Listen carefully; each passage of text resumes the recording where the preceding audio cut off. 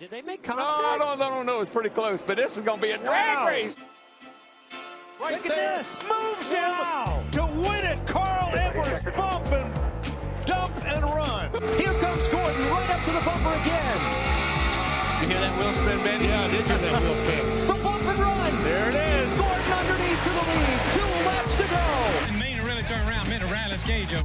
Welcome to the Bump and Run podcast. I'm Michael D. White, joined by my two best friends, Matt the Statman Reilly and Eric Daytona Ron. Hope you guys had a great weekend. Hope you had yourselves a Kurt Busch winning type of weekend. He was the big winner down at the Quaker State 400, presented by Walmart at Atlanta Motor Speedway. Shake and bake, baby. If you're enjoying the podcast, like, share, subscribe. Available on iTunes every Monday night, Spotify, Stitcher, Amazon Music, anywhere you can download podcasts. Your favorite way to download podcasts, you can find the Bump and Run podcast there, or you can watch us every Tuesday morning on YouTube, and check us out on Twitter at Bump and Run Pod and at bumpandrunpod.com. How was your guys' weekend? We had a long one this weekend, I feel like. It wasn't a long weekend, but it felt like a long weekend, if you know what I mean. How did the weekend treat you guys? There's a big fight on Saturday, I think you guys were watching and whatnot. Yeah, I'm still waiting for my $69.99 return from ESPN. Can they do that? Can you reverse the charge? No.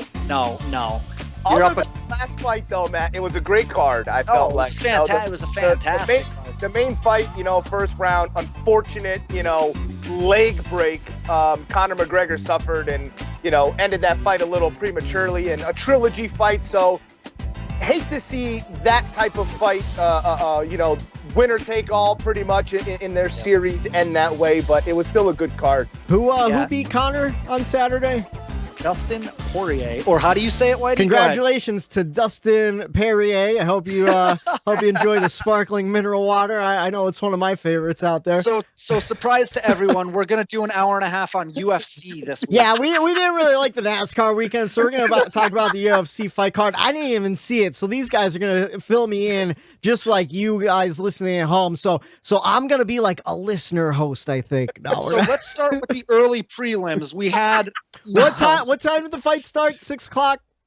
Yeah, I think early prelims kicked off at like 6, and then Conor, I think I went to bed at about 1. So I was gonna come up and watch it with Eric. Was at our buddy Shredder's house, and he invited me earlier on in the day, and I was thinking about it, but I went out to an early dinner, like a 4 o'clock dinner, had a couple cocktails, and by 6 o'clock I was napping on the couch, so I missed it. I missed it. But it seems like it was a pretty good card. Besides that main event, I used to follow the UFC all the time. I haven't watched in years though. I don't know what happened. I kind of I feel like there was too much UFC at a point where it was hard to follow. UFC for me is like climbing up the rankings for like my favorite sport. Like I've better for sure. Yeah. But there was a period though, Whitey, where I kind of fell out of it too. And I think it was right after like the Lesnar era where like they were getting like huge pay-per-views for Lesnar. And, obviously he's a freak athlete and was just pummeling people. And then like you said, I think there was too much. There was like a fight like on Wednesday nights. Wednesdays, Thursdays, Friday nights, the different cards. Helped the UFC because people didn't have it for a little while, a couple months off. Yeah. Then they start back up again. And Fight Island, right? Are they still fighting on Fight Island? No, they're back in the States. Back in Vegas, yeah. Oh, you want to know what? I knew that because you want to know what? I actually saw comedian Tom Segura on his Instagram story. He was sitting in the same row as former President Trump, which I thought was hilarious. A president and a comedian that tells dick and fart jokes in the same row, same profile. Yeah. I think Sakura's the bigger star, to be honest with you. Oh, for sure. He, I'll tell you what, not unlike NASCAR, it was awesome to see a packed house, just like we've been seeing the last couple of weeks at the races. Oh, yeah. And it just shows that, we're getting back to somewhat of a normal life, and it's fantastic. Thank God. You want to what? I'm, so my records isn't this, but I have to give a records to the people of Atlanta, Georgia for not showing up. Did you see the stands were not what I thought they would be? I agree, but I can kind of understand, one, because of how freaking hot it was. There was the threat of storms, and it was their second race. That's true. With all that being said, like, have a better turnout, Atlanta. Come on. I know, step it up. I mean, you want what? Georgia opened up real early, so maybe they're not as excited to get places as we were here in Pennsylvania. We packed those grandstands at Pocono. Maybe Atlanta people are like, yeah, we're over it, you know. So as you guys know, I'm a huge Jimmy Buffett fan, and he broadcasts his away again in Margaritaville. I hope we don't get flagged for that. I know it was a perfect Jimmy Buffett impression. Yeah, perfect.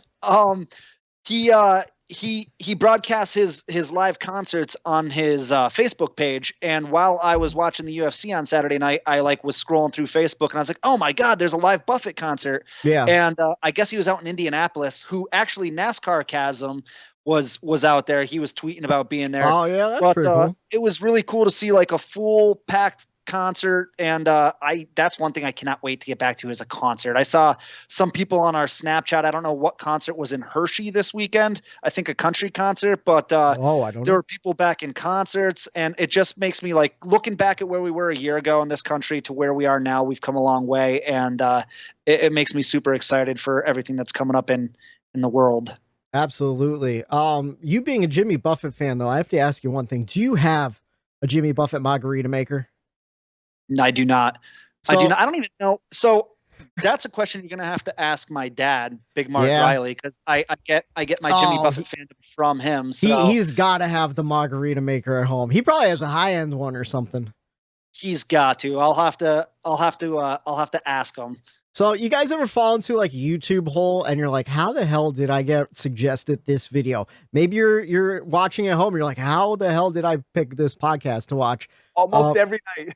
So a couple of days ago, I was on YouTube and I clicked on a video. It's the Redneck Margarita Maker. I'm like, what the hell is this? Some guy, he's like a plumber down in Texas. He has a YouTube channel. He made a margarita maker out of a giant igloo cooler, like the ones you see on the sidelines at like a high school football game, and a garbage disposal. But he called it a garbage disposal.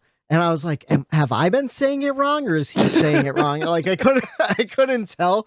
But I'm like, man, how much is a margarita maker if he's using a garbage disposal? Because I feel like a garbage disposal is not a cheap thing to buy. I know the cooler is like an $80 cooler, you know. And I looked it up. Margaritas, does this guy like drinking? That's I a know lot it was that's a big cooler. Yeah. And I'm like, I mean, that doesn't seem the safest either. But I looked it up. A Jimmy Buffett margarita machine is like $200. I'm like, there's no way this guy saved money. I would just go with the store-bought. It's easier. Buy two of them if you need to make that many, you know, or maybe go to a meeting. You got a problem, bud. All right, you guys want to jump into the NASCAR news this week? Oh, let's go. It was a pretty slow news week. We recorded last week's podcast on Tuesday, and that's when the big news dropped that Atlanta was going to get a reconfigure and repave. And since then, really not much news, but some cool things going on. USA Networks announced it greenlit a documentary called Race for the Championship, which I feel like they could have came up with something a little bit more creative, but it's going to begin filming during the playoffs this season. No word when it's going to air on USA Network, but I do know at the end of the year, NBC Sports Network is going away. And there's a lot of rumors that NASCAR is going to be moved to USA Network. So maybe this is the way to introduce maybe a newer audience to NASCAR, maybe check out some behind the scenes type stuff, and maybe get some new eyes on the sport. Hey, is USA Network, I'm assuming that's a property of NBC? It is, yeah. Okay, because I know, like, for anyone out there like worried, like, oh my God, I love the NBC crew, I don't want to see them go. I believe they'll still be doing. I would assume they would still be doing the same broadcast, just a different network. I think NBC Sports Network's just going to become something different. So everything will stay, right? Because like I watch the races via the NBC Sports app. See, now that's the thing. I don't know. It's like, unknown. Is USA going to come out with an app? Because See, I don't have TV. I just stream everything at my house. Yeah, so I do the same. I hope they come out with an app. We actually steal Matt's password. So thank you to him and his wife. You guys will be getting a bill at the end of the year. Yeah. But no, I would assume USA has an app. I feel like every network has an app these days. And yeah, or maybe they'll keep the NBC Sports app and just lump all the sports under there. We'll have to see what happens. Or maybe they'll use the Peacock app. That might be what That's they true. do. They could want to try to push everyone over to Peacock. That makes a lot of sense, Matt. I didn't even think about that. Yeah, I mean, because when I first heard that news, probably about 2 months ago, that NBC Sportsnet was going away, I was like, no, like this NBC crew is amazing. Like they're amazing. Yeah. They can't go away. And then I think Junior cleared it up on one of his podcasts that they're not going away. They'll still be doing the broadcast. So thank God. I would assume they would stay on. This documentary series, like you might not be familiar with it, but you're in that realm, so you might have heard about it. Now, Matt, is it going to be like a Hard Knocks type of show where they follow, like the NFL does a thing called the Hard Knocks? They do 8 episodes. They pick one team, and they follow that one team. Or is it going to be like NASCAR and whole? Like, are they going to follow just Chase Elliott, or like follow just like Kyle Busch, or is it going to be all? It'll probably, if I had much information out yet about if I had to guess, if it was specifically for a race for the championship for the playoffs, I would assume it'll probably just follow all 16 drivers in the playoffs, and then focus as it whittles down to 8 and 4 and all that. Because that Hard Knocks does good ratings for the NFL. I know that. So maybe NASCAR's like, hey, let's get a piece of this action and do like a mini series as well. So if done right, I'm really, really excited about the idea of this documentary. So there's actually a couple NASCAR documentaries. One that came out in 2020 before the Daytona 500. It was a Motor Trend. Motor Trend did it, and it followed RCR. It followed Corey LaJoy when he was still at Go Fast Racing. So, yeah. And then it followed somebody else, and I apologize because I can't remember who, but it kind of showed the differences between the 3 teams preparing for Daytona. I assume it'll be something like that. They also had a documentary series that kind of followed NASCAR throughout the whole entire year and focused on major events throughout the year. And the playoffs was the last couple episodes. So I assume it's going to be like that, where it kind of follows probably the top 16, probably more so the top 8 or 4 as they battle. And we'll see how it goes. And Matt, that was a great point about Peacock. Speaking of Peacock, they're going to be premiering a documentary in August that follows Chase Elliott. No solid date announced and no name for it, but looking forward to seeing that. I know Matt's a huge Chase Elliott fan, so we'll see what they're doing there. So it's my past and my present meeting up. It's Dale Jr. doing the interviewing of Chase Elliott. Oh, really? And when okay. When I saw the preview for that, I was like, let's go. Like, that is my entire NASCAR world wrapped into one right there. So I can't wait for that. I guess, you said, it's sometime in August. There's no date yet, but when it gets released, like, I'm going to be glued to that. Oh, see, I didn't even see the preview. I just read the press release. So if you have the preview and you want to send it to the Twitter page, I will retweet that for everyone listening at home to watch. Speaking of Dale Jr., though, something happened with Junior Motorsports in the Xfinity Series over the weekend. Michael Annett had a stress fracture in his right femur. Now, Austin Dillon jumped in to fill in literally last minute. It was between him and somebody else. And Dale Jr. Was it Dale Jr.? So right when the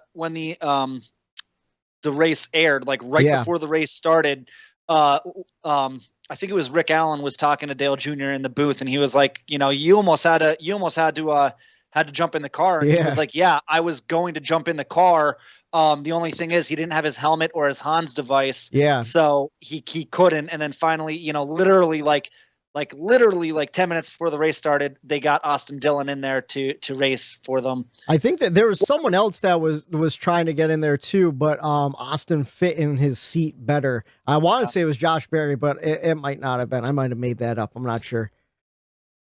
Yeah, I don't know. I know Junior was close to racing in that race. Yeah, Eric, you were going to say something there? Yeah, just what a performance for, jumping in there and, performing he did. And, that's a big part of racing that I think most fans might overlook is how the seat fits, how where the pedals are, how the steering wheel, like all of that is form fitted to the driver that's supposed to be in that car. So when you can't just jump in someone's car, you're going to be very uncomfortable. And it takes, a lot of good mental preparation to be able to hop into someone else's car and be able to perform in the level that Austin performed too was it was pretty impressive. Yeah, whenever they have like replacement drivers for guys who might have to get out because, they had to start the race to get the points, but they're sick or something. Yeah. And they have a fill-in driver, they usually try to get someone similar build, similar stature so they can fit in that seat because it's completely customized to that driver. So they're in the utmost comfort when they're, doing 400 or 500 mile races.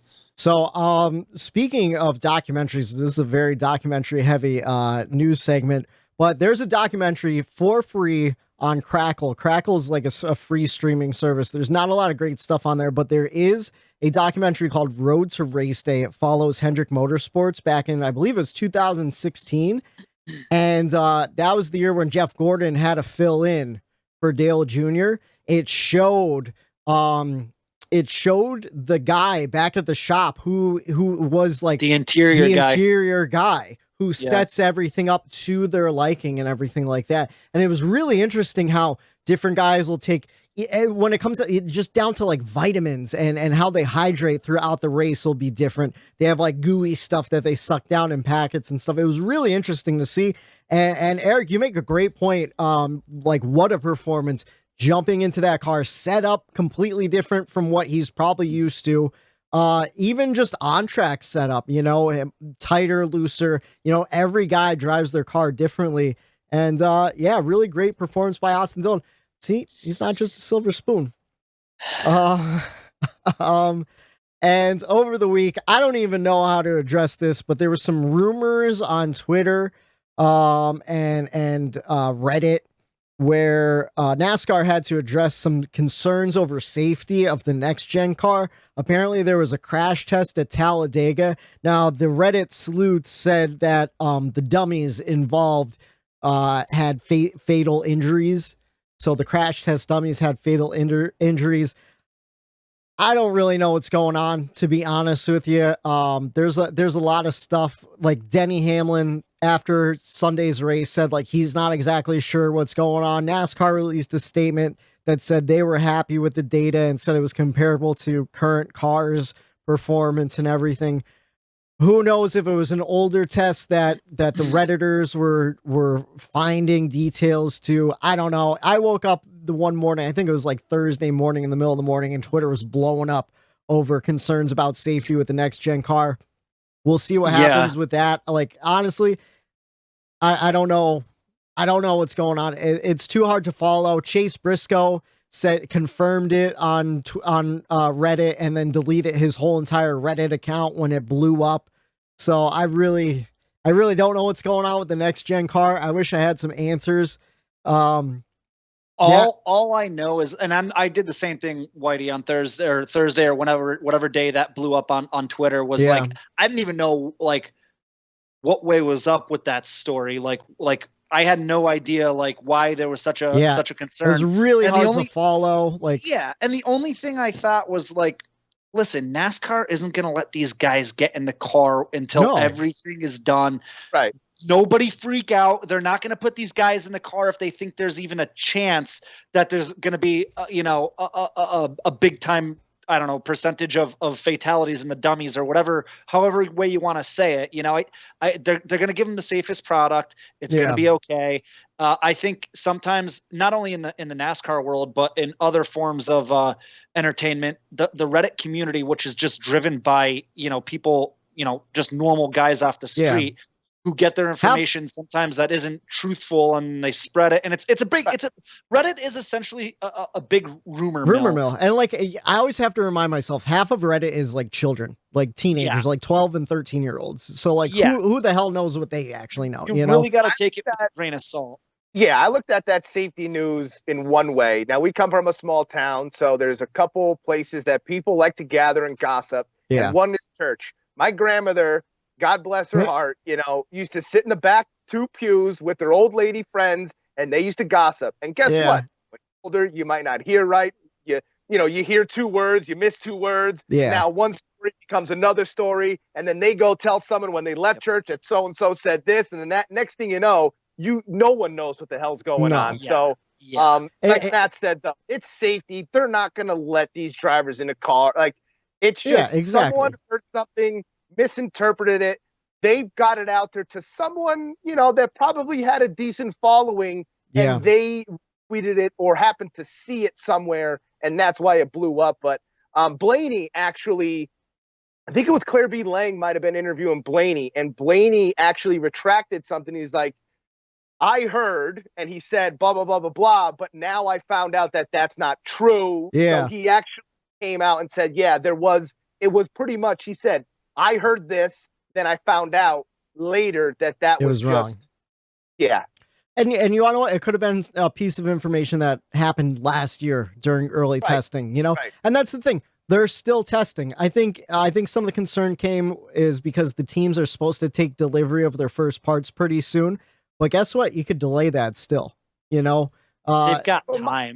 What could be so different safety wise from this car to the next gen car that it would kill crash dummies? Like I think I don't understand how it could be that drastic of a safety issue. It doesn't even make sense to me to even think that it's a legit rumor. Yeah. You know? I got the Reddit engineers said that the crush zones are different and there's less padding in the doors and whatnot. I don't know. Who knows? No one outside of the industry has been near this car anyway. So like, how are we even supposed to know? Well, I thought I would bring it up because it was trending on Twitter, on NASCAR Twitter on Thursday morning. That's pretty much all I have for news though. Like I said, really light news week. So you guys want to jump right into the racing weekend? Let's do it. Friday night, trucks were on the dirt track at Knoxville in Iowa. I thought it was Tennessee till Eric corrected me on Friday. I feel like a lot of people probably did because Fox NASCAR Fox tweeted out something along the lines of, and I'm just paraphrasing here, something along the lines of, "Oh, it's nice to be back on the clay of Tennessee," or something like a Tennessee red clay or something. Yes, yeah. And then someone must have pointed out, like, dude, they're in Knoxville, Iowa. Yeah, and then it got deleted, like immediately. When you put out a tweet like that and you get called out, like, don't delete it. Just like, intern or whatever. Yeah. But so, I thought that was funny. But Austin Hill was the big winner. Apparently, it was an absolute wreck fest. I think all of us only saw a little bit of the qualifying races, and I enjoyed the qualifying races, but apparently the main was just a disaster. So many overtime restarts. I think, Eric, you said there was 15 cautions or something like that? Yeah, and it's the runtime of it was just out of control. The runtime, like too many laps under caution. And it was just like, at a certain point, it's like, okay, everyone likes, move out of the way for a win or shove this guy to get position, old school short track racing. That's good every once in a while, but when everyone's doing it after every, it's like, come on, guys, you're better than this. Yeah. You could get through 3 laps without having to move somebody out of the way. Have some racecraft, Yeah. But yeah, apparently it was a disaster. All I know is people want them to go back to Eldora. Because Knoxville was one groove. You really couldn't race around. Like you said, Eric, they're punting each other out of the way to even make up spots. And they just had the bottom line. That was it. And then everyone fought for that bottom. And if you weren't there, you were either going to get moved out of the way for the position, or you were going to be the one to have to move somebody. So yeah, the drivers were kind of upset that Eldora was off the schedule. Matt, oh God! Every time you guys say Eldora, I think about that watermelon drink. Oh, I gagged a little bit. I'm sorry, Matt. I forgot about that one. No, but in all seriousness, like, let's get back to Eldora. That, like I said last week, let's get back to that Wednesday night Mud Summer Classic. That's, I think, what everyone wants to see. And I think it was Sheldon Creed who said, if we're going to be in this Iowa market, like, let's go to the Iowa Speedway. Go back to Iowa. That puts on great racing, and it's a short track too. See, so here's the problem, though: the Iowa fans did not show up to the track, and that's the whole point. If you want them to come back, put a cup race there, they'll show up. I mean, what, Arca and Xfinity went there? I think they both went there. And trucks. Yeah. Oh, trucks went there too. Yeah. Like, it was like 2 separate weekends. Like trucks did it. Oh, okay. Yeah. Well, individual standalone weekends. Yeah. They were both one-offs. Yeah, if we maybe, who knows? You know what? At least you have to commend NASCAR for trying something different, and maybe they will listen. Maybe we'll get a cup race at Iowa. We'll see what happens. Xfinity Series was on track Saturday. Kyle Busch accidentally wrecking his teammate Daniel Hemrick for the win, kind of. It was on a restart. His teammate wrecked with about 6 to go, and Kyle Busch ended up picking up the green-white checker on the next restart. I don't know when the bad luck's going to end for Daniel Hemrick, man. I really thought he was going to finally get his first win, and just a bad shove from behind. I don't think Kyle Busch did anything intentionally. I wonder too if Brandon Brown didn't have that issue on the previous restart, if Daniel Hemrick would have won the race. No, that wasn't Brandon Brown. That was Kyle Weatherman. And I have something for Mr. Weatherman coming up a little later on. Okay. All right. I got my drivers crossed. I will say this, Whitey. After that Xfinity race, watching, Kyle bump, Daniel out of the way, and he did state, he goes, I was trying to push him to the win. To the win. He goes, it just, it didn't go as planned. You know what I mean? He tried and it was there. And some people, they could feel that and know how to push, know how to get pushed. And something just went wrong. I mean, he just gave him a teammate for that position. I don't see that happening. And there's one thing that, I did love, and I wrote down in my notes, is the fact that I was waiting for it. He was done after that. That was his last win, retiring from Xfinity. Yep. And he didn't do the classic Kyle Busch bow. And Steph pointed that out. It was because he wrecked Daniel Hemrick. He felt bad about it. He felt bad about it. He goes, I only bow when it's a good performance. Yeah. He goes, I didn't bow for respect for Hemrick, knowing that, hey, he probably would have won that race if it wasn't for me. So I'm not going to bow, which, that. I thought that was a good move. I thought that was a very, very good move by Kyle Busch. Yeah. Complete opposite from Sunday, which we'll probably get into. I was just going to say that. It was I love both. Oh, yeah. Yeah. It was the tale of two tapes there. I will be kind of sad to not see Kyle Busch race in the Xfinity Series. I know a lot of people who've been against it for years and years, but there's just something about it this year where I was kind of enjoying it. I think because he had such a bad year last year that I kind of felt bad for him, He's not completely done. He'll do what Junior did. Do like a one-off. Hop in every once in a while.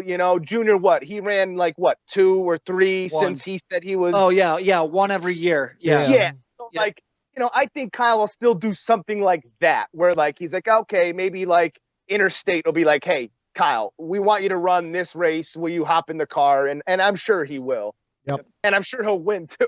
Yeah, I'm sure he will. So speaking of Sunday, it was the Busch brothers battling for it. Kurt Busch with his 4th Busch brothers 1-2 finish. So they finished 1-2 4 different times. Each guy has 1 win or 2 wins on each other. So I thought that was pretty interesting. He finally tied it up against his little brother Kyle, and Kyle wasn't too happy about it. I will say this: it wasn't my checkers, but I'll put it as a secondary checkers for me. Yeah. The video that Kurt put out before the race started of him eating M&Ms, absolutely amazing. I watched that video. It's only a little 15-second clip where, for anyone who didn't see it, aged like fine wine. So go ahead. It's on the Gear Wrench Instagram page, which was his sponsor for the race. And Matt, you said just set it up for him. It was like a little 15-second video. It was Kurt Busch sitting there with his car in the background, and he was eating a bag of M&Ms. Mhm. And he said, "Oh, I'm hey little brother, I'm eating some of your M&Ms, just like you'll be eating my dirt later on." And it was funny the way he did it. It was very tasteful. It was actually really funny. And he it was happened. right. It happened. He was right. Yeah. Aged like fine wine. Absolutely amazing. I couldn't believe it. Perfectly aligned. Like that, just the whole situation was just absolutely amazing. Kurt Busch is sneaky funny. Oh, like, yeah. Weird. Oh, yeah. Right. Sneaky funny. He's great in the booth when he does Xfinity Series races. He's come a long way from where he once was. But to recap the Atlanta race, your top 5, Kurt Busch, Kyle Busch, Martin Truex Jr., Alex Bowman, and Ryan Blaney. That's a whole lot of B last names. I just wish William Byron was in third instead of Truex. We had 4 cautions for 21 laps and a red flag after the end of stage 2 for track repair. A giant chunk of the asphalt fell out. 10 lead changes among 7 drivers. Of course, Kurt Busch pulling off the win. We said it earlier in the podcast season. I don't know what episode it was, but I think it was when we were recapping some of the playoff potential drivers, and we all said, "Watch out for Kurt Busch. He's good for 1 win a season. He sneaks them out of nowhere, and he earns them. It's not like he steals them at the end like Brad Keselowski does. He earns them, and he earned it." This Sunday, I think he led over 140 laps. It just comes out of nowhere. It just comes out of nowhere. He dominates a race, wins it, like you said, he earns it, and then he kind of just fades away again. It's really weird. And then you know what? I bet you he makes it into the top 14 of the playoffs too. He'll make the second cut, I think, or the first cut. The top 12. I believe he will. Yeah. He's a consistent driver, and I think come the playoffs, I think all those drivers are going to become a different driver. And I think he's going to hold some of that, talent that he has and that everyone knows he has. And he's going to make that one car definitely advance. Chip Ganassi found something this last month. I think the Hendrick started giving him a good motors. I'm telling you, I'm putting on the tin foil. I think they were giving him shit motors until the Coke 600. They got called out on it. They apologized for it. And they corrected whatever issue was, because since then they've been running like Ganassi normally does. Yeah, whatever it is, those guys are both performing as far as Kurt Busch and Chastain. And I'll tell you what, don't be surprised if Chastain steals a win here.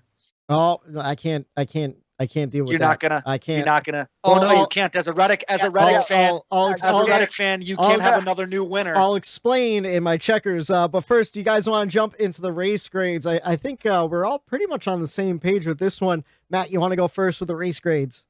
Yeah. It was a complete 180 for me. Night and day difference from the spring race. So the spring race in Atlanta got a D from me. It was dreadful. One of the worst races. I actually think it was, for me, the worst grade I had all season so far. And this race got an A. It got the A for me. There was a fun battle, obviously, for first between the brothers Busch. All throughout that third stage. That was just one of those epic battles that's going to be brought up every time we go back to Atlanta. They're going to just bring that up. And rightfully so. It was just so much fun to watch. There was solid pack racing all day, a lot of passing. There really was. I mean, I don't want to steal anyone's thunder here, but Martin Truex Jr. passed a bazillion cars yesterday. So I don't want to hear that, these cars can't pass, because yes, they can. There was tons of passing. Yeah. Which wasn't what happened in the spring. It was like a complete 180. Yeah. I said it's temperature, man. Yep. The temperature, the weather had everything to do with it. Surface. Here's the thing, though. I was listening to an interview with Todd Gordon this morning. He said the temperature wasn't as hot as they were expecting, though. They were planning for high 80s, low 90s. They set the cars up for it. It was overcast. It was overcast with those storms that were surrounding the racetrack yesterday. I think those clouds really helped them with the temperature. And he said at one point on the pit box, he looked down and the temperature was in the high 70s. It was 78 or 79. So it was a lot cooler than they were expecting. I would have liked to see, if it was super hot and slick, what would have happened. I'm sure we would have gone a completely different race too. But yeah, so I thought it was a great race.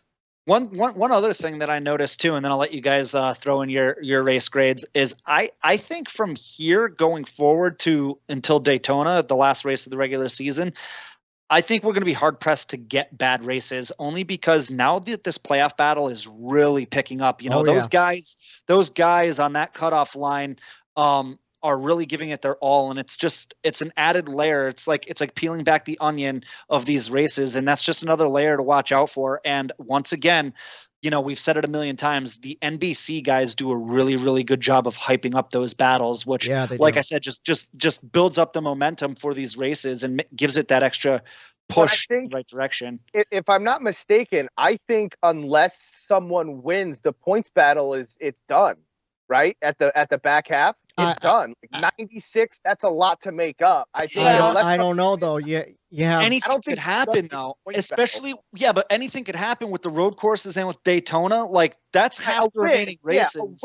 A win. Someone needs a win, but I think as far as if no new winner, I think the points battles are. I don't think someone's coming back from that points battle. See, but you want to know what? I mean, right now, Tyler Egg's 96 to the good. Austin Dillon, I think, is like 103 to the good. And Kevin Harvick's like 153 to the good. So Kevin Harvick's in solid shape.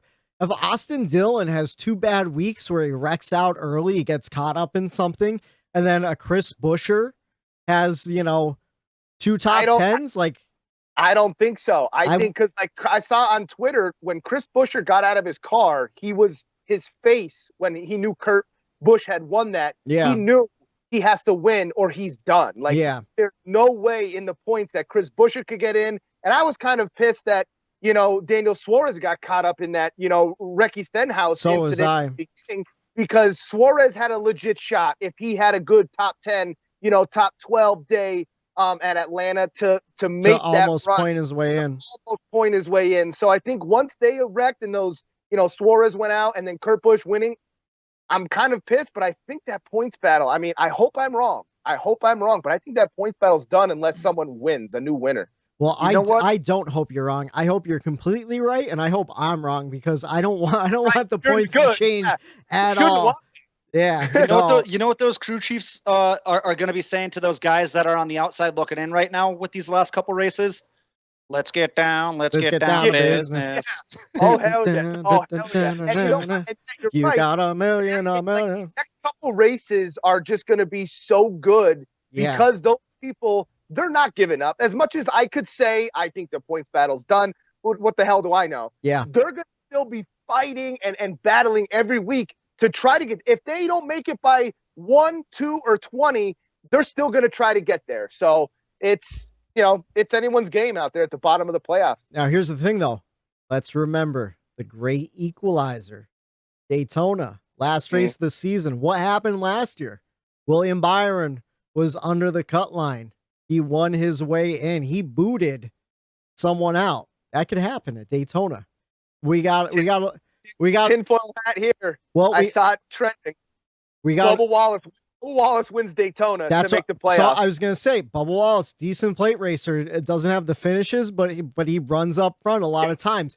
Matt DiBenedetto, decent plate racer, runs up front. Doesn't have the finishes a lot of the times, but he's up there in the mix a lot of the time. Both have teammates and the teams that could help them get to the front and get that win. Ricky Stenhouse Jr. He's won at Daytona. People love to joke about Ricky Spinhouse. But the guy is a threat on a super speedway. He's also a threat to put you into the wall and cause a big one, and anything can happen. Honestly, we're not going to have a Quinn Huff winner, but we could have someone in the top 20 of points win at Daytona easy. So I hope the points battle stays the same for my guys' sake. But yeah, it's going to be an interesting couple of weeks. I'm glad we're going to have a break for the Olympics because I don't know if my heart could take another one like this Sunday. Eric, it's gonna be fun. You want to get into your race grade though before we get too far ahead of ourselves? My race grade, I'm going with an A as well. It had, it was edge of the seat race for me. I love the battle at the end, obviously, but what I was surprised, especially with tire wear and I was expecting a lot more cautions, 4 cautions. Yeah. Now, being an Eric Jones fan, I needed those cautions. Yeah. He was trying to get the balance of his car right. He couldn't get the balance right, hanging around in 20th, 21st. And, you lose a lap there. You hope for a caution, and you think tire wear, someone's going to blow a tire. At least 3 or 4 people are going to blow some tires, get some cautions, get some laps back. But, wasn't a lot of caution. So I commend the drivers for going to a very abrasive racetrack and, managing those tires pretty well. The crew chiefs with the setups of the cars. I would have liked to see more cautions just to help my driver out, but passing all over the place. And, it was just, it had everything that kept me, glued to my seat and my eyes glued to the TV. Like Matt said, the broadcast too allowed that, to happen for me, where they were showing some of those battles, and that one camera where they had like 5 or 6 people, they're in-car cameras and watching their really hands. cool. Oh my around. God, that was an amazing view. Yeah, that was really cool. So, just overall, just a great race, I thought, and like Matt said, completely 180 from that spring race for sure. How about the way those guys, when they showed that the five in-car cams, how much they were fighting the track? Oh, They yeah. were just, their bodies were bouncing, There's so and then many like they're just bumps and fighting the everything. wheel. Everyone That wanted to ride the bottom, and when you hook the bottom, I got nervous a couple times because like their ass end just hopped You just out watch probably them slide on that 3 or line. 4 times. 3 or 4 times they're hugging that bottom. Yeah. I'm like, my God, like they're going around. How are they keeping control of that car? But then if you try to ride the fence, that's where you're getting into all those big bumps. And you're hitting Right. like potholes, basically. And you stuff. get into a bump up there, you're tagging the wall, your day's done. Yeah. It just goes to show, like those in-car cams, I love them because it just goes to show how talented these guys really are. They're the best drivers in the world. I mean, when their hands are shaking like this, but their car is as narrow and as straight as can be, it really shows that they're fighting the car and the track. And it's amazing. It's amazing what these guys do. Absolutely. I think they should all have to wear white race gloves so we could see it easier through the windshields. I always appreciate when guys wear white gloves so you could see it on TV. I'm with you guys, and maybe it's because the spring race was such a bad race, but I give it an A too. And I don't know how many A's I really gave on this show so far. I know I gave a lot of A minuses, but And it had tire wear, it had strategy, Yeah. it had patches, it had great battles. It just it put on a show. And it was a nail biter, especially for me. I was more on edge because I needed Kyle Busch to win, not only for my fantasy team, but for my driver's playoff spot. He got pushed down to the cut line because of it. Kurt was in 16th. So, like, the whole entire end, I was like, come on, Kyle. Come on, Kyle, get there. And I don't even like Kyle Busch. I was rooting for him. I hate it when that happens. But, yeah, it was an absolute great race, nail biter. Like you said, Eric, I just wish there was, like, a late race caution or something because Denny Hamlin and Kyle Larson screwed up on pit road and got stuck near the back in the 20s. And William Byron was having a rough day. I needed those guys to make their way back up to the top 10 so I could get some fantasy points. I was running in first for a while in fantasy over the weekend with my lineup, and I think I fell to 7th. And Eric, you moved in the total points from 4th into my spot in 2nd, where I got booted down into 3rd, and it is a tight points battle in our fantasy. I think honestly the fantasy really made me appreciate this race more because all my guys were kind of all over the place. I'm in 5th, Eric's in 2nd, and all 3 of us, like those spots I think we're separated by like 30 points or something like that, which is like that could be erased in the first stage of next week. That's super tight. And I was pissed too because I've been trying to gain points on our leader. Our buddy Jay has been in first and he's leading by like 130 points. And at one point during the day, I was doing the math. I'm like, okay, well, if the race finishes this way right now, I'll gain 30 points on Jay. We'll close that gap up, and it just got further and further. See, I needed Kyle Busch to win yesterday. I had him as my so did I to win. I had him in my lineup to win. Me too. So like when he when he didn't win, he still came in second. I still won the fantasy week, but if he won, I would have gained a little bit more on Jay. Yeah. Because Jay actually had Kurt Busch in his lineup too, and I was talking to Jay about it. We were texting back and forth, and he's like, "See, I hate this about fantasy because he is a Kyle Busch fan. Yeah. So much as he wanted Kyle Busch to win, he wanted Kyle Kurt Busch in his not to fantasy win lineup because of me. He knew I was going to gain on him in fantasy. So And he's he had Kurt in his lineup, so he needed Kurt. And right. It's So he was crazy. just all screwed up at the end of that race. You know what kills me about fantasy too? I never trust my instincts. I'm going to tell you a story. It might be a little too much information, but I was taking a shower listening to the pre-race right before the show, and I heard an interview of Kurt Busch on the pre-race on the PRN network. I was like, you want to know what? I bet you Kurt runs really well today. This is a veterans racetrack. Yep. Ganassi's been running well. I had Ross Chastain in my garage instead. I should have swapped him. I didn't. I was going to play Alex Bowman. I go, you want to know what? Alex Bowman's been too up and down, and he's been running too well lately. I think he's going to have a bad week. Ran in the top 5. Should have put him in. No, instead I played William Byron. William Byron finished in like 18th or something like that. So. Look at that.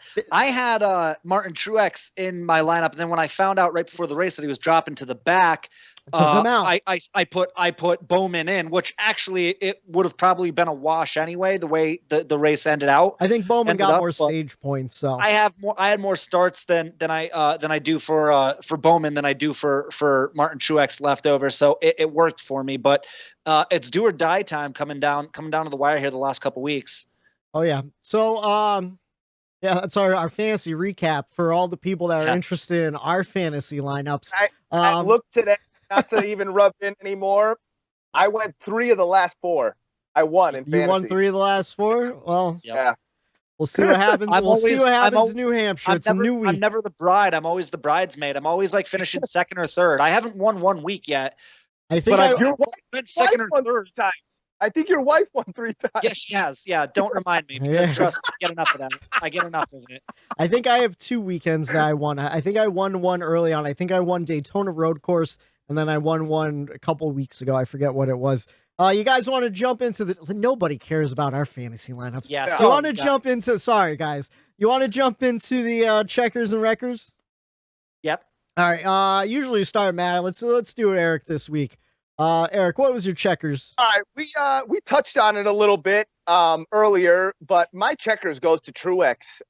You know, he won a couple races this year, but he's been kind of up and down, almost Bowman-esque, where he shows up certain weeks and then other weeks it's just a dud.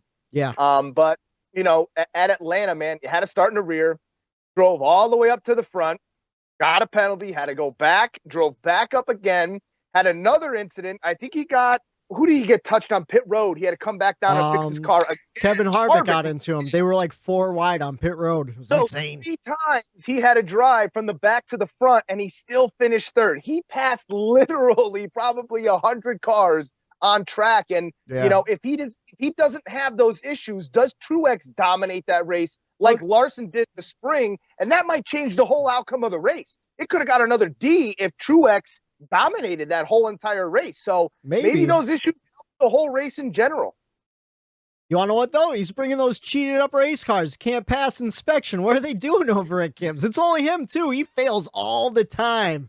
He's been doing that. They pushed the envelope on that 19 car for years. He's been doing that going back to when Cole Pern was his crew chief. Oh, but Cole Pern famously said, you know, you go to the car with 10 things wrong, 10 things illegal with the car, and hope NASCAR only finds 1 or 2 of them, you know? So.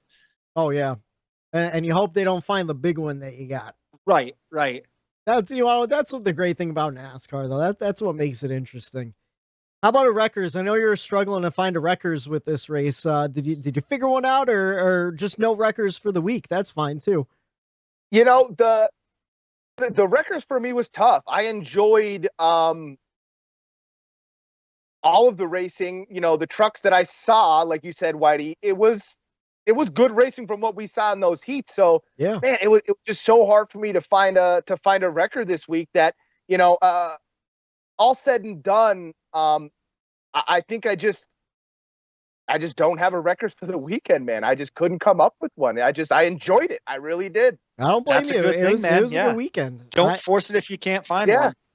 All right. How about you, Matt? What was your checkers and records for the weekend? So my checkers goes to Kurt Busch's pit crew. Oh my God, they destroyed the competition all race long. They consistently got that one car out first. I mean, he was winning by half a second. Some of those pit stops were faster than everyone else. It was truly a team win in my opinion. Kurt had to go get it himself when at the end there when he was chasing his brother down. Well, actually, I guess he didn't have to go get it himself because he had his teammate to help him out, which I know we'll get into, and I'm all for that. What happened there? But I thought it was, again, I guess truly a team effort. Yeah.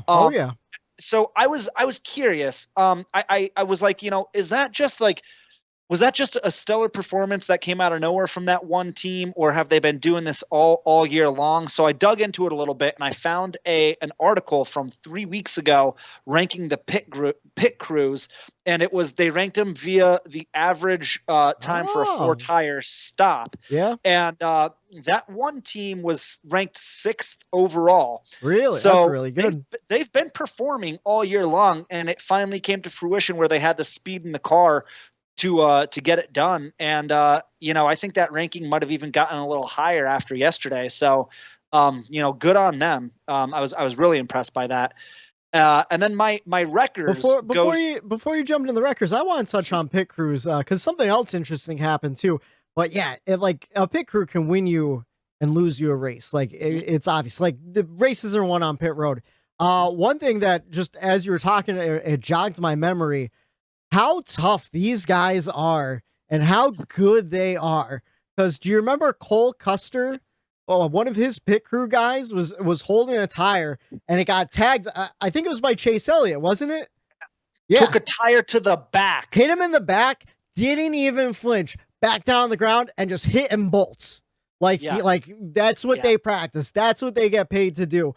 And like afterwards, like you can tell he was like a little sore, but he's like laughing it out. He's like, I still did it. He took a 60-pound tire to the back at speed. That just got hit by a car. Got hit by a car. So he got punted by a car, hit him in the back. He drops to his knees and he hits all 5 lugs. And that tire that just hit him goes right back onto the car. There were a couple crew guys throughout pit road yesterday having to go back and get IVs because of how hard they were working. Yeah. So and we all know, those guys are all former D1 athletes, D2 athletes. A lot of them were like football players, stuff like that. These guys are warriors down there. I mean, it's amazing. And you guys have both been up close and personal with them at the races. You see how big these guys are. So it's no surprise that they take a licking and keep on ticking. Like I mentioned too, if you want to get a look, check out that documentary. It's free on Crackle. I don't get paid to say it. Road to Race Day, because the first couple episodes actually follow around the pit crew. It shows the pit crew practices.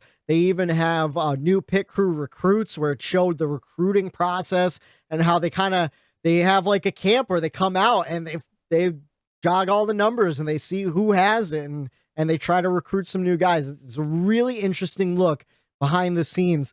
And even some of the engineers started out as pit crew guys. Hendrick had like a lunchtime program where the engineers would go out, change tires. And there's some guys working in the shop that go out on the weekends and do the Xfinity Series crew guys and stuff. Some of the old school drivers started on, as pit crew members. I mean, I know Kenny Wallace was a pit crew member. He was a tire changer before he got into the racing aspect of it. I forget. There was just a Dale Jr. download where someone was talking about how they became like a tire carrier, tire specialist, and they had no idea anything about the sport. They just kind of lied their way and faked it till they made it. I can't remember. Probably a lot of them. I want to say it was like Jimmy Spencer, but I don't know. He could have made it up too. Who knows? Don't get me started on that jackass. Anyway, sorry to go on a tangent. I just wanted to get into the pit crews. Like I feel like those guys don't get enough credit. But what was your records for the weekend? So it went to, I kind of teased it before, it's going to Kyle Weatherman. At the end of the Xfinity race there with a couple laps left, Kyle Weatherman I don't know how, it was probably out of strategy or something. He was restarting on the front row, which was probably a first for him. He totally botched the restart. His car stalled out, and he practically came to a stop in front of the entire field coming up to speed. Didn't they say it got stuck in like third gear? I think Dale Jr. is like, oh, it must have got stuck in third gear. There's no way he could shift. Yeah, I mean, whatever happened there, I mean, it ruined Harrison Burton's day. Harrison Burton slammed in the back of him, ending his day. Yeah. And I don't know, like Kyle Weatherman, what are you doing, man? So I looked it up. He's got 43 Xfinity starts, 15 this year alone. His average finish is 28th in his career. And I don't know, just maybe time to maybe take up something else, Kyle Weatherman, because you ruined a really good car's day in Harrison Burton. And I'm not even, I'm indifferent about Harrison Burton. It's not about me whether I'm a fan of his or not. Yeah. It just, you ruined a good guy's day, and just if you don't know what you're doing, get the hell out of there. See, that's just my take on it. Now I'm going to relate this to iRacing. I will also say this, and I'll give you the real reason why I'm so salty about it. Is because I had Harrison Burton, and at the point right before he in my DraftKings lineup, and the point where right before he got into the back of old Kyle Weatherman, I was winning like $35 on like a $2 ticket, and I was planning on taking that money and putting it towards the UFC fights later that night, which didn't work out, and I had to put my own money up for the UFC fights, which I ended up losing all that anyway. So you know what, Kyle Weatherman, screw you, pal. It all fuck. Yeah, you owe me $35, pal. It all comes full circle to fantasy and gambling and the UFC. I was gonna relate it to iRacing. Every now and then I'll be in a lobby and you'll have a late race caution where we've been burning tires for 40 laps and there's 5 to go, and some guy in the back will never pit when everyone else pits. And they're starting on old tires, and they botch hate that. They botch the restart in third gear. They can't get going. Everyone's in second gear, smashing into the back of them like I'm smashing into my microphone, and it drives me nuts. So Harrison Burton, I understand your pain. Even if my cars are fake and on the internet. My checkers and wreckers, and I wasn't gonna do this. I really wasn't. I was listening in the morning drive. I was listening in the morning drive, and Pat Payone, his checker flag was my guy Tyler Reddick, and I was like, you wanna know what? I was real hard on Tyler Reddick early on in the season. I didn't think he'd be at this point right now.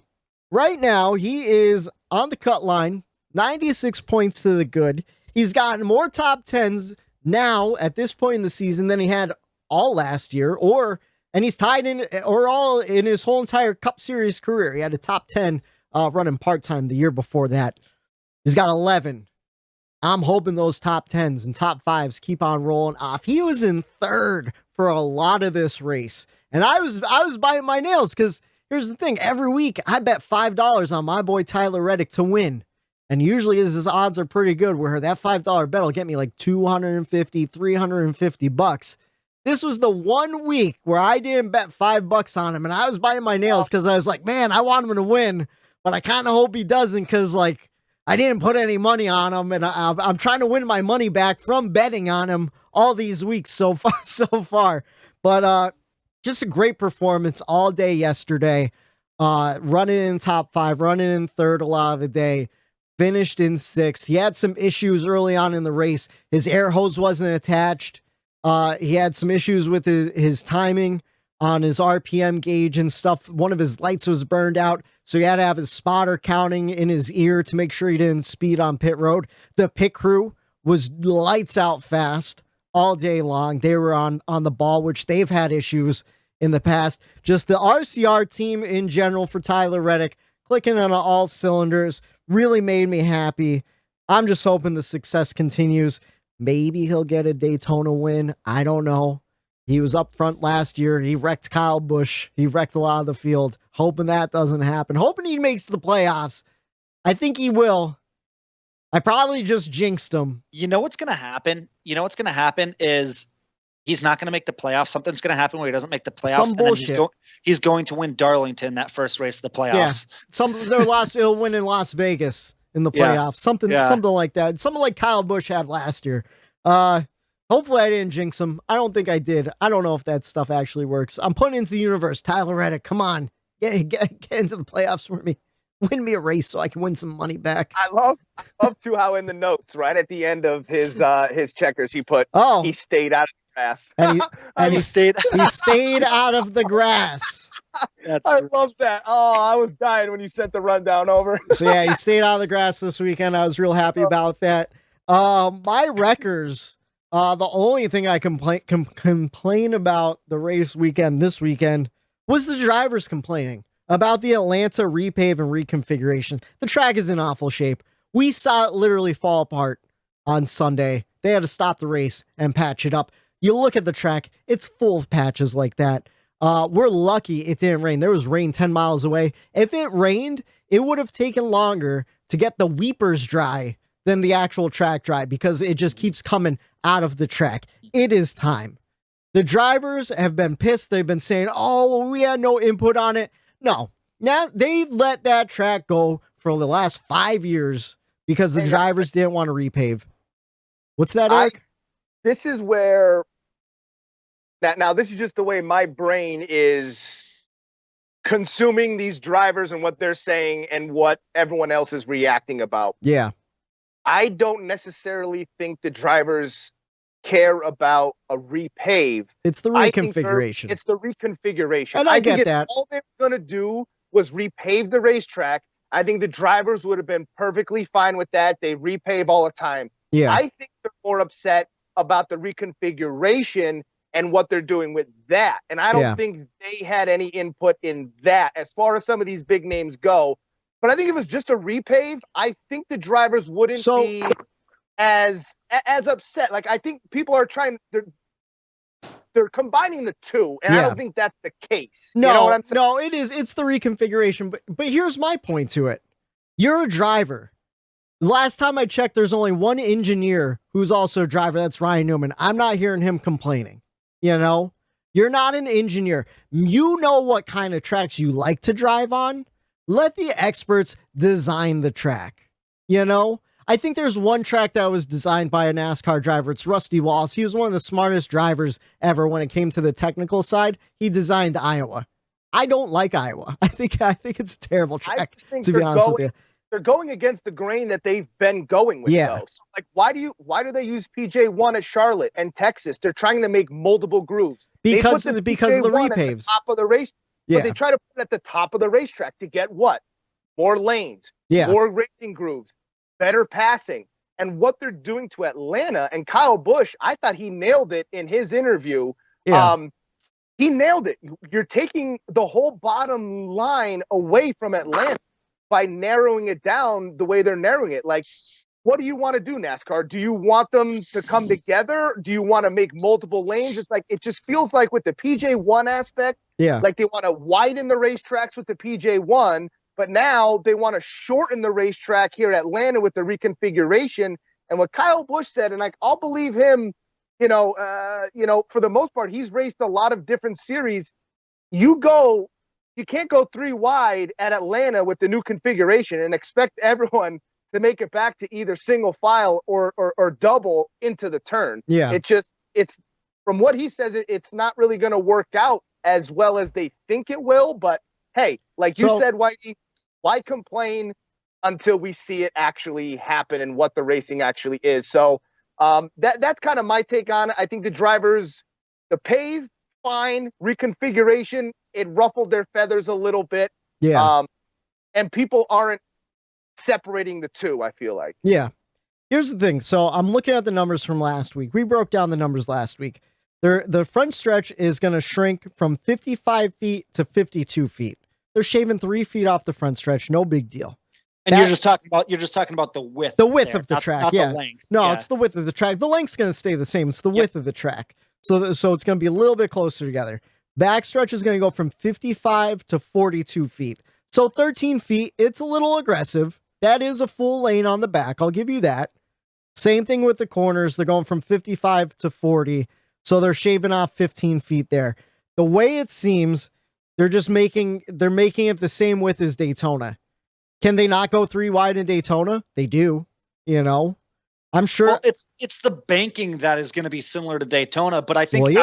I said it last week. The width of the track is also going to be the same as Daytona. That's the thing. Yeah. Okay. And Kyle Busch is worried about the speeds, though. Like, they're going to have to put a restrictor plate on those cars. Well, yeah. Like, the way they're going to fly around that racetrack, and like, is that something that the drivers want? Is another, high speed crashing fireballs like Kyle Busch said? I mean, the fans, there's always going to be that, divide where, it is, someone joked about it and like said they compared NASCAR to WWE, where it's an entertainment business now. Yeah. And NASCAR doesn't necessarily care what the drivers say. If it looks good on TV. If it looks good on TV, if the fans are happy, they don't give a shit if the drivers are yelling and complaining. Because guess what? They're still going to have to go out there every week and figure it out.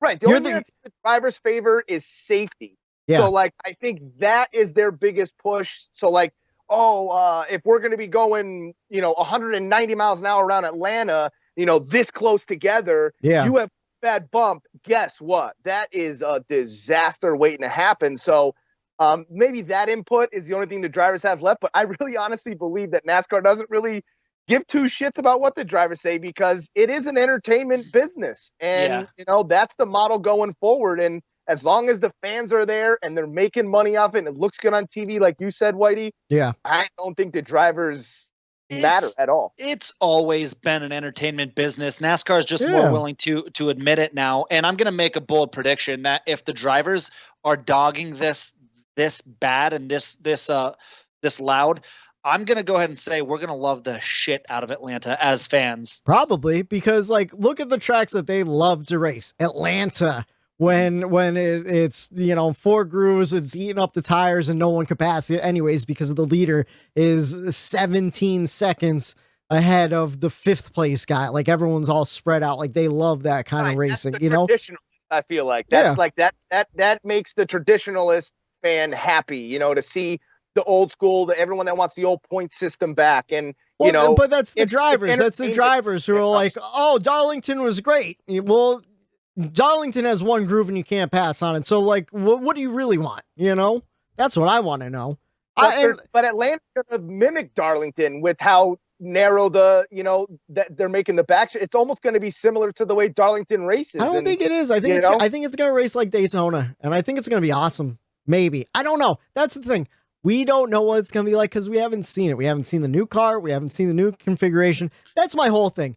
Stop shitting on stuff before we've seen it in front of our eyes. If it's terrible, say it's terrible, but don't automatically say it's going to be terrible because in your mind, or because Denny Hamlin said, it's going to be awful. Denny Hamlin complains about a lot of stuff on Twitter to rile up NASCAR Twitter. He knows what he's doing. He's a troll, but he does it on purpose. Yeah, he knows what he's doing to get these guys fired up on Twitter. And so, like, of course he's going to mention it. Like, who knows? Who knows what it's going to be like? I hope it's good. I have faith in the engineers designing it that it will be good. The problem is Texas is bad, and everyone keeps saying how bad Texas was and their reconfiguration. But they're not building a second Texas, So let's see. It's a wait and see. I'm totally with you, Whitey. It's a wait and see. We could talk about this. I just feel like NASCAR doesn't know what they're doing. They can't make up their mind whether they want to widen the racetracks and make multiple grooves, or shorten a racetrack and get tight pack racing. Yeah. Well, you can't have both, I guess. So, like, I think the major thing is, and as a NASCAR fan, I agree. Like, hey, pump the brakes and wait till you see what you get. But every track is different already. Yeah. So you're gonna have different racing at different tracks. I think everyone. That's what makes NASCAR great. Oh, right. You get a different style race every week because the tracks aren't the same. Every other sport, they pretty much go to like the same style field, the same length field. Besides baseball, one could be a little bit bigger and smaller, but not every race is gonna mimic the one before it or the one after it. So why does everyone seem to feel like every race has to race the exact same way? Yeah. That's why you get parity in NASCAR and in our sport. I mean, if we had nothing but super speedways, or if we had nothing but short tracks, people would still bitch. Be like, oh, what happened to the mile and a half? Yeah. This short Oh, track yeah. is cool, but like, I'm sick of this. Yeah, Well, I want to see a good mile and a half race. Yeah, that's why you have different racetracks. Let's go back to Kansas. Exactly. So I just think the NASCAR fan has to dial it back a little bit. Yeah. And stop expecting every race to be a killer race. Or the same style of race. Look at Atlanta this year. Spring, one of the worst races, in my opinion, that we've seen in years. You know? And then this one was one of the best we've seen this year. So, like, it every day is different. It depends on the track. It depends on everything. Well, let's see what happens. You know? I have faith. I have faith, and I hope I'm not eating my words next year when we go back to Atlanta and it's a fucking shit show. Hopefully it's not. You know what, though? But I'll admit it if it is. I will admit it if it is. You know what, though? And we could wrap it up on this. We'll still be watching, right? If you're a fan, you're a fan, you're a fan. We're still going to watch. Exactly. Because all it's like we're talking about a rumor mill. We're spreading the rumors, We are. Ourselves essentially. But it's I'm just sick of the drivers complaining about every little change that happens. You know, it's been like that. To do that too, because they are the entertainers that are putting on the show. Yeah. That, you know what I mean? So they should have a right to voice their opinion, but don't yell at them if you don't like their opinion. Right? No. All right, it's getting late. I think we covered most of the race anyways. There wasn't a whole ton to get to. I think we touched on pretty much everything except for last place here on the Bump and Run podcast. Everyone talks about the winner. We'd like to talk about the person that came in last place. This week, it was Ricky Stenhouse Jr. He got caught up in a wreck. That was not his fault. Quinn Houff pushed people 4 wide. He got into Anthony Alfredo. Alfredo got into, I believe, Daniel Suarez was the third car. Yeah. And then he got into Ricky Stenhouse Jr. Ricky and Daniel and Quinn all got caught up. Somehow, Anthony Alfredo, the guy that gets in something every week, he made it through unscathed. So good on him. I was giving him some shit last week, and I have to take it back after this week. He earned that one. Quinn Houff. He's another one. Quinn Houff. How about Quinn? How the hell do you still have a job? Well, someone's paying the bills over at Starcom Racing. Say, Kyle Busch, he was in some kind of pre-race where they ask you questions like, hey, like Kyle Busch, who is your, what's your most memorable race win? What is, and I don't know who it was. It might have been Rutledge Wood. It was Rutledge Wood. And he asked him, he goes, hey, who causes the most wrecks? It was like a little kid, emailed a video in, like, hey, who causes the most wrecks in NASCAR? And he goes, oh, you mean Ricky Stenhouse or whatever. Yeah. And Rutledge Wood died laughing. Like, oh my God, dude. It was like so on point for Kyle Busch. I loved it. Oh yeah. And of course he got caught up in something. I don't think that was Ricky's fault though. He finished last, but he did keep going throughout most of the day. He was like 100 some laps down though, but they did get the car back, and then he pulled the car off with 2 to go to the garage. Quinn Houff finished I think he was 50 laps down. So they all had damage, but they did kind of limp around the track, probably getting in a lot of people's way, but it did help create some of that drama near the end with that lap traffic and Kurt and Kyle and trying to catch each other. And so that was the last place. Feel bad for Ricky Stenhouse Jr. I feel like that's like the 3rd or 4th time he's come in last this year. I think it's the 3rd. I don't know. Yeah. We'll have to go back in the records and see. Not as many as Quinn Houff did, though. And I feel like Anthony Alfredo has a bunch too. But man, we are burning through time. Let's do the pick lanes real quick. I only have 2 for you guys. The choose cone is out. I got 2 topics to choose from. I want to know which lane you're on. The truck race was a mess. The multiple attempts at green-white checkers did not help. Went on and on forever. Should overtime be limited to 2 attempts in the trucks or Xfinity series? The lower series, not Cup, but just the other lower series. Nope. They tried it already. We went through this, and no one wants to see a race end under yellow. I'm sorry. It's true. Make them race till someone is the winner. So I've always believed that. And no matter how many times they wreck, if my guy's involved, I feel like they should be going full out for the win, and no race should end under yellow. Yeah. So, and Eric, Eric, you might have even like gotten a glimpse of my notes because that's almost exactly word for word what I had written down. I'll even read you word for word. I said, no, I do not under any circumstance want to see the race end under yellow. I think the rule of racing back to the start finish line is fair. Once we get to there, the next flag is the end of the race. I think that's completely fair. I agree. And I wrote down, let them race it out. We are racing after all. Like, this is racing. We can't just, no, we've got too many cautions. It's getting late in the night. Let's just end it here. Like, no way. They, like Eric said, they tried. I think they put a limit on, like, it used to be like, I think like 2 or 3 overtime restarts was the cap, and they went away with that because nobody wants to see a race end under yellow. Right, because a guy like Quinn Houff could wreck in the back and destroy someone's day up front because he spun out. Now the race is over. Like, it just, I didn't like that. Let them race it out. See, I'm on the opposite lane of you guys. I say for trucks at least, cut it at 2. Let's get these races over with. I don't want to sit through the end. And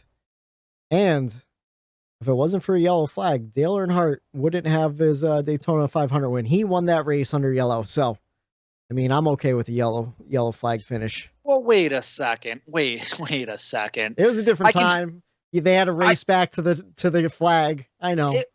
And he earned that win, and he was out in the lead when that yellow came out anyway. Whitey, come on. I think it's more or less for me. Just when you guys said no race should end under yellow, that was the first thing that popped in my head. I'm like, I'm going to burn their asses with that one. Huh? You want in the lower series, it should be a learning experience for those guys in that truck race. Learn from what you put on as a show. Like, to learn how to race better. Like, don't do, you know what I mean? Like, I'm sure those guys in trucks were getting frustrated with drivers as well, saying, come on, I want to end this as well. So I think it's more or less like they have to do better as drivers. But this isn't the first time we've seen it, especially this season in the truck series. Look at the road course at Daytona. That kept on going forever. It was just wreck after wreck after wreck at the end. At some point, I was like, I don't even want to see the finish. I give up. I don't care who wins. Like, I'm tired. A road course is different because they got to go all the way around that racetrack. The caution flags take like 6 minutes. Miles, long. So the caution laps at road courses, I feel like, are a little different than a normal race. But I still think let them race to the end. All right. My next pick lane involves the second place finisher, Kyle Busch. In a post-race interview, he voiced his displeasure with Ross Chastain right after the race. He kind of alluded to, he goes, well, I guess that's just how he races. And then even later on, in an interview with Claire B. Lang, I'm going to paraphrase him because I can't remember the direct quote. I couldn't believe he said this, but he goes, oh, well, winning these races is important. I guess he doesn't know that because he never won one before, which I thought was just ultimately respectful to Ross Chastain because he has won in the lower series. Just because he hasn't won in a cup race. This is his first time with a full-time race. He was running Inspire equipment back in the day. I thought it was pretty disrespectful. Do you agree, though? Do you think Ross getting involved and blocking Kyle was a warranted move? Or do you think Kyle Busch was asking too much for him to pull over while he's still on the lead lap and let the leaders go by him? So I'll take this one. Ross did a great job of being a teammate there. Yeah. And you know what? Kurt even said in the post-race interview, if Kurt was running in third, then no, Ross has no business getting in the way. But you know what? It's a win. It's for a win. It's for that team's first win of the year. It's a team win. That goes a long way. I mean, even though that team has been sold and they're going away with those cars, for right now, they're still a team business and they're making money. Absolutely. This is a team, whether drivers like it or not, this is a team business. It's part of it. It's part of it. It's not like Ross wrecked Kyle. It's not like he got in front of him and slammed on his brakes. Nope. If you go back and watch that little segment where they had that, it wasn't even a bad block. And then Ross even said, like, I have every business trying to stay on the lead lap myself, so I'm also racing. So I thought it was completely warranted. And another thing that I'll say is Kyle's got to do a better job of getting around him. right? I mean, Kurt had to get around lap traffic too. He had no problem getting around lap traffic. Mhm. So do a better job. Know your surroundings. Know, oh, hey, look at the guy that I'm battling. His teammate's coming up. I've got to get around him. I know he's going to give me a hard time, so I've got to get around him. So I have no problem with what Ross Chastain did there. Yeah, I have no problem with what Ross did either. But I also have no problem with what Kyle Busch said after the race either. Yeah. That's his right to voice his opinion, and they want to put a microphone in front of your face right when you get out of that race car, when you're going for a win. Like winning, you'll do anything to win a race. You're in a different mentality behind that wheel, and you know what? Like, emotion comes out. Everyone wants to win, like it's not fair. It's not fair sometimes that microphone gets put right in your face because emotions are still running. But, everyone wants to, come at these drivers for their opinions. But then when they don't say anything, they bitch as well. So, we need polarizing people like Kyle Busch. I love when Kyle Busch says shit like that. And yes, it's he's trolling to get the attention. And that's one thing. Like, look back with the Gordon and Earnhardt days. They knew what they were doing. So, we need more of that, to be honest with you. I love that he called out, Ross Chastain and, is playing the bad guy again. I miss a little bit. As much as I hated him for it, he became a little bit better, more mature. But now that fire's coming back because I think he realized you need that fire to win races. Yeah. If your attitude is like, oh, I'm going to go out there and, yeah, I'm fine with letting my brother win and coming in second, and I'm okay with that, you're not going to win a race. Your attitude has to be, I'm going to do everything in my power to win that race. So I don't blame him for getting heated and getting upset about it. But has he probably done it in the past and here and there with other teammates? Yeah, it probably. But I think it was more of a heat of the moment. He was upset about it, really wanted that last Atlanta win. And, I agree with both people, I guess, in this situation. Right. And I was going to say the point that I just made wasn't really necessarily even against Kyle Busch, because all the points that you just made, I agree with. I just personally think Ross Chastain had every right to do what he did. It wasn't, I personally didn't think it was an egregious act. So I just want to clear that up. He was running a couple laps down and just, was getting in the way so Kurt could win. I think, like you said, just like come playoff time, like even though you're not in the playoffs, they should still race you hard. And NASCAR, you could get in trouble if you don't race them hard, letting some guy just go by you for the win. It's the 100% rule. Yeah. Yes. Yeah. And it's just when you have teammates, it's the nature of the beast. These things are going to happen sometimes. Yeah, where you get emotional. Yep. So I'd like to see that emotion come out of these drivers. Yep. Kyle Busch seems to hate losing more than he likes winning. Yep. And that's okay. Yeah, and that's okay. The way it should be. At his level of talent, that's 100% fine with me. Yeah. Now, me too. Okay with that.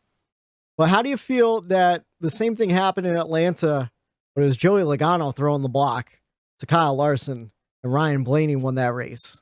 Does it still have the same feeling? Do you still agree, or do you kind of get mad at Joey a little bit? It doesn't matter. As much as I hate Joey, I agree with Matt. It is what it is. It's a good team move, There's teammates for a reason, and if this is playoffs, I don't think Ross does that. Yeah, probably not. I don't think Kurt would even expect Ross to do that if this is a playoff race. Yeah, so teams are good during the regular season. Come playoffs, they tend to kind of break apart a little bit. Yeah. Ross even said in the post-race interview, he said, Kurt asked us to give him the bottom lane. So that's what I did. I stayed high and Kyle just happened to go behind him. So I don't even think, like I said, like it's not like Ross slammed on the brakes. It's not like Ross got Kyle loose or sent him up the track. Just took his racing lane away and gave the leader the preferred lane, which is what you do. You don't give second place the preferred lane. You give the leader the preferred lane as a courtesy. Traffic car. It's courtesy to give the leader what he wants. Yeah. Kurt wanted the bottom. He knew Kyle was running really, really well up top next to that wall. So hey, there was another car in front of Ross as well that kind of played a role as well. So Ross couldn't get momentum. I think if that third car wasn't in play, Kyle still might have had a shot regardless of Ross Chastain's, move in front of him there. So I think it was a good move by Ross. And it was also, Kyle Busch's thing was warranted. Stir it up. It's all racing, baby. It's why we love this sport, because of the emotions that get poured into it like that. See, I thought the original post-race interview wasn't anything bad. Like, oh yeah, that's just the kind of guy he is. Like, whatever. It was the Claire B. Lang clip that really bothered me, where he was like, well, he wouldn't know anything about winning anyways. I just thought that was like classless a little bit. Something else I thought was classless, but a little bit funny too. Apparently Kurt and Kyle flew to the race together, but they did not fly home together. Kyle just left them. He left them in Atlanta, and Kurt Busch had to rent a car and drive back to Charlotte, which is apparently the second time he's done that. He did it to him in, what was it, Kentucky or Kansas a couple years ago? I think it was Kentucky. Here's the deal though. And I know, people are going to make a big story out of that, but when you win a race, you have to stick around for so long after the race, where Kyle probably honestly didn't want to stick around. I don't think it was anything like, screw my brother. I think it was like, I want to get the hell out of here. No, I think it was like, fuck him. He can find his own ride home. I don't know. I think it was a little bit of both. And I think I'll go 75-25, where he's like, fuck my brother. Yeah. All right. I'm trying to give Kyle the benefit of the doubt. He's like, I'll give him to this time. And if he's not here at this time, we're tails up and, it's like waiting and for wheels Luke. up. It's like waiting for Luke. Yeah. Oh yeah. You're gone. Yep. That's all I got for the pickle lane. We're getting close to the end of the show, which means we got the big weekend preview coming up this weekend, the last weekend of racing before the Olympic break. Saturday, 3 p.m. Xfinity Series is going to be on track in Loudon, New Hampshire for the Ambetter Get Vaccinated 200 on NBCSN. Lobster rolls. Lobsters. The big old trophy is a lobster. And then a huge old lobster. And then lobster. And then Sunday, 3 p.m. Cup is on track for the Foxwood Resorts Casino 301 at New Hampshire on NBCSN. According to Bob Pockrass's math, the top 10 will be Kyle Busch leading the poll, Martin Truex Jr. in second. Row 2, Chase Elliott and Kurt Busch. Row 3, fifth place is Bowman and Hamlin in sixth. Seventh is Blaney, Tyler Reddick in eighth. Christopher Bell rounding out ninth, and rounding out the top 10 is Kyle Larson. Should be a good one. Matt, before we get into your stats, we got to review our picks from last week. So I was listening to last week's podcast because I forgot who everyone picked besides myself. I knew I picked Kyle Busch. He got me 54 points, which I thought was fitting because that's his Xfinity Series car number, isn't it? Yes, it is. And then I was listening to last week's podcast. Matt, you immediately apologized for picking Kyle Larson. You apologized to Dana, Eric's girlfriend, and he was running in the top 10 all day long until an issue on pit road. He got caught speeding. He got you 31 points, so you will pick first. You got last place. Denny Hamlin also had an issue on pit road. That's who Eric picked, and he got you 38 points. Right now, it was a tight battle until Matt got 1 point last week at Road America. Matt's got 628 total points. Eric has 702, and I have 724. So kind of tight. Anything can happen. But yeah, Matt's going to be going first. But first, give us those stats because I have no idea who I'm going to pick. I had an idea, but this week he did not do good. Yeah, I've got some stats. I'm gonna fly through them because boys, Shark Week is on, and I want to get out there and watch some. Is it Shark Week? I thought Shark Week was August. Shark Week, buddy. You know what? Hold on. Can I go on a rant about Shark Week and Discovery Channel? Don't talk shit about Shark Week. No, don't talk shit about. No. Oh, don't do it. Here's the thing. Not here, Whitey. Here's the thing. I'm gonna do it because every year those sons of bitches at Discovery Channel get me hooked on some gimmick TV show where it's like eaten alive. He's gonna get swallowed by a shark. I will agree. And they never get eaten alive. Or a show. It was years ago. It was a big anaconda. The biggest anaconda is gonna eat a person alive, and we're gonna film it. Every single year, they suck me in. I watch the whole entire thing for an hour. It's 55 minutes of build up, and then at the end, nothing happens. They don't get eaten by a shark. They don't get eaten by a giant anaconda or anything like that. And I just get mad. I get mad and I tweet about it on my personal account at whitebread22. And I don't know what the gimmick TV show is this year, Matt. Is there one? Is there something I could get mad at? Dude, they had the Jackass crew do an episode, man. Okay. The newest member of the Jackass crew gets attacked by a shark, dude. But does he actually get bit? Or is he in a cage? It mangled his hand. It mangled his hand. Mangled his hand all up. They were doing a stunt where it was on like a wakeboard, and they pull him off a jump, and he goes, "I'm not gonna." They were gonna jump the sharks that were all there. Shark tanks. He was covered in chum and like blood. Oh God! And he goes off this jump and wrecks. Shark, dude, mauls the shit out of his hand. Okay, all right. I'm all in. Right, I think. Okay, all right. We here at the Reilly household are big Shark Week fans. Okay, so, all right. He does listening to Jimmy Buffett and watching Shark Week. Sounds like I got the world by the balls, like boys. You know what? And you know what? I hope people who take my stats have this raced by the balls. So let's get into this so I can get out there. All right. And a little preview real quick is I already know who I'm gonna pick, and I'm again gonna be apologizing to somebody we care about. So average finishes inside the top 10. Of course, I did the last 4 races. Yeah. We've got Martin Truex Jr. with an average finish of 4.5. Yeah. We've got Denny Hamlin with an average finish of 7.3. We've got Logano with an 8th place average finish and Blaney with a 10th place average finish. So good track for Penske and Joe Gibbs, at least in the past.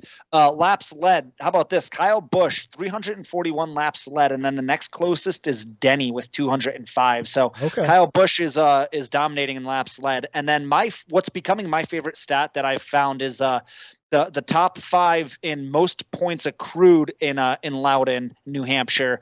Martin Truex Jr. has accrued 180 points over the last 4 races. Denny with 150, Kyle Busch with 149, a 3-way tie in 4th with Logano, Keselowski, and Harvick all have 139 points over the last 4 races up there. Okay. And then surprisingly, Eric Almirola with 134 points accrued. So he's sneaky places. He really is. Though I think those Harvick stats are old. Stuart. Agreed. Yeah. I think you take those stats with a grain of salt this year. So with that being said, I am making my pick. And like I said, I've got to apologize to somebody we care about. Justin Daugherty. I'm sorry, buddy. I have to do this. He's hot. He's pissed off that he didn't win this past week at Atlanta. Okay. Kyle Busch, get it done for me, buddy. Let's go, Rowdy Nation. I wasn't expecting that. I wasn't expecting that one from you. Yep. I'm used to going last here. I'm going to go with who my checkers was and who is going to ride his hot streak. You know, he's up and down, like I stated, won multiple races. And I think this is the time when he's going to start heating up. And I just feel like Gibbs found something that Hendrick had. And, you know, I think they closed the gap a little bit on Hendrick. And I'm going to go with Truex. All right, Eric, if you didn't pick him, I was. I've been looking forward to New Hampshire because I thought that New Hampshire would be the race that Kevin Harvick finally gets his win. He usually runs pretty well. Gonna do it? I'm not going to do it. I was going to do it, but after this past week where he was just up and down all day long, 28th to 10th to 20th to 15th, like it's just too inconsistent over at Stewart Haas. You did pique my interest with Eric Almirola. If he was starting in the 10th place position, maybe no, he's not gonna fucking win. I'm gonna go with Whitey. Shark Week's on. I hate to go all Gibbs, but I want to go with Denny. I'm not going to though. Chase Elliott's starting in the top 5. I think Chase Elliott's gonna have a better day than he did. So I'm going to pick Alex Bowman. What was that? So I'm going to pick Alex Bowman. I don't know. Alex Bowman. I'm all over the place. Yeah. No. Whitey. Shark 5, 4, 3, 2, go Bowman. 1. All right. It's Cody Ware. Kyle Larson's going to win. Okay. Kyle Larson. There it is. That's my Kyle pick. Larson. But I He really, picked everyone but Byron and Hendrick. I'm gonna go Kyle Larson, bro. honestly, I think Denny's gonna have it. I just don't want to go all JT or JGR cars. So I'm going with the Hendrick one. I'm going with Larson. 21 races into the season, 12 different winners. Michael McDowell, Christopher Bell, William Byron, Kyle Larson has 4 wins. Martin Truex Jr. has 3 wins. Can they make it 5 or 4 wins? We will see this weekend. Ryan Blaney has 1. Joey Logano has 1. Bowman the Showman's got 3 wins. Maybe he'll pull it off. I don't know. We're not betting on him. He does now that you took that pick back. Now that I take that pick back, he is going to win. Brad Keselowski's got to win in the season. Kyle Busch has 2. Can he make it 3 in Loudon? Can he get himself a lobster? Make it into a lobster roll. Will his brother be leaving him in New Hampshire and flying home without him? We will see. Chase Elliott's got 2 wins of the season. And of course, Kurt Busch, the brand new winner from this week, putting the playoff picture in all sorts of jeopardy for me. Who will it be?